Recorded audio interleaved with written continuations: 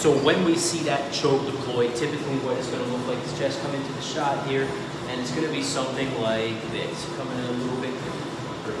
It's going to be something like this. You're trying to choke off and, you know, stop the air supply to the other person's throat. So if she were to go ahead and start choking me, boom, and notice her thumb's wrapping, and it's kind of like this, and she's trying to choke me.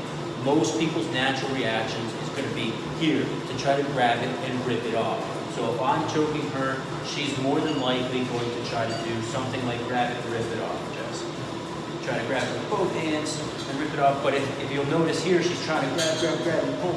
She's trying. But the more she tries, the more energy she expends, and the less and less effective she ultimately becomes until 30 seconds, 60 max, she's out, over and done with, right? So that's an ineffective method. We already know this. What could be the more effective method of delivering defensive capabilities against our opponent? Well, I'm about to show you. You guys are in luck. So I grab her here. Instead of trying to grab with both hands, go ahead and grab with both hands. And expending all this energy and just tiring herself out, she needs to go on the offensive. So by going on the offensive, what she wants to do is employ a strike immediately. What we're working here is thumb gouge into the eye. Boom. She's going to get this thumb into the eye. Now notice, even if I close my eye, which more than likely will happen, no one's going to let you just put their thumb in their eye.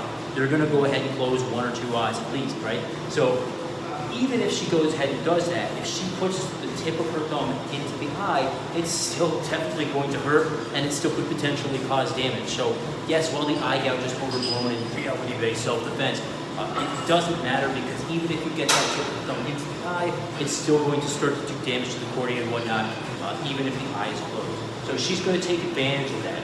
She's going to take advantage of the fact that I'm choking and I'm concentrated on here, and she's going to be pushing me here. Now, once that happens, I might start softening up a little bit. I might not. She can employ a secondary strike, whether that's a boom, a slap to the ear, or a boom, chop down on here, or a boom, take my neck and a headbutt into my face, right?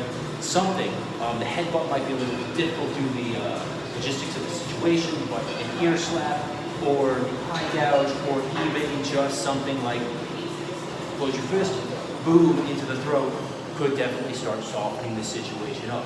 Now what she wants to do is then grab the hand, both hands, and just pull down enough so she releases it. Panic breath. Take a deep breath, Jess.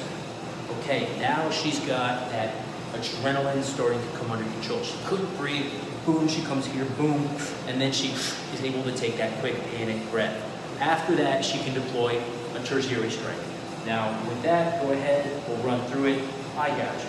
Boom, then she slaps her ear. Boom, what's going on? Then she collapses the grip, panic breath, boom, and she'll take her knee and throw it, boom, right up into here.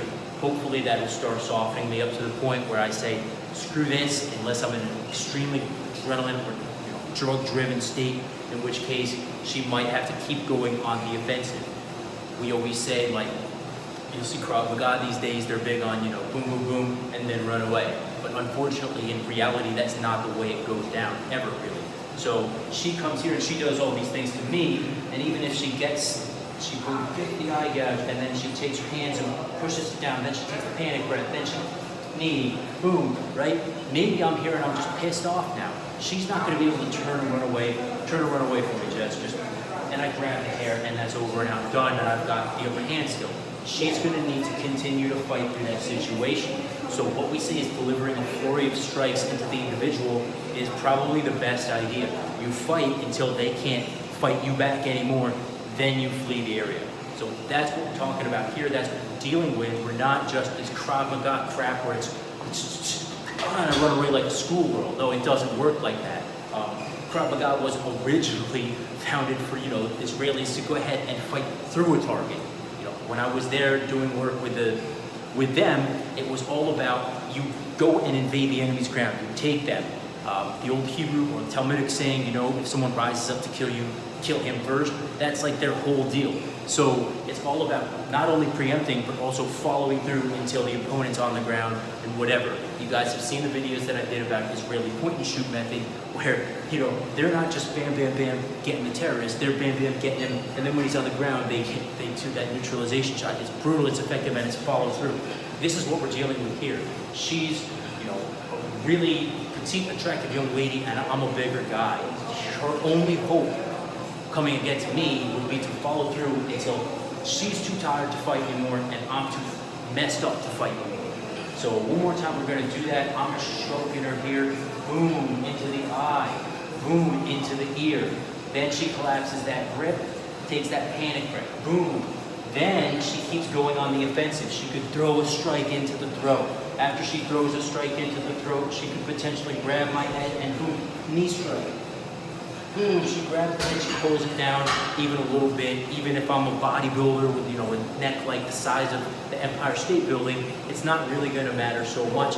She gets me a little bit, jars me a little bit, and pulls me into that knee strike. It should work well enough for her purposes. So there's a number of things that we can think about doing here, but just remember, guys, keep fighting through the situation until you're too tired to fight anymore and they're too messed up to walk.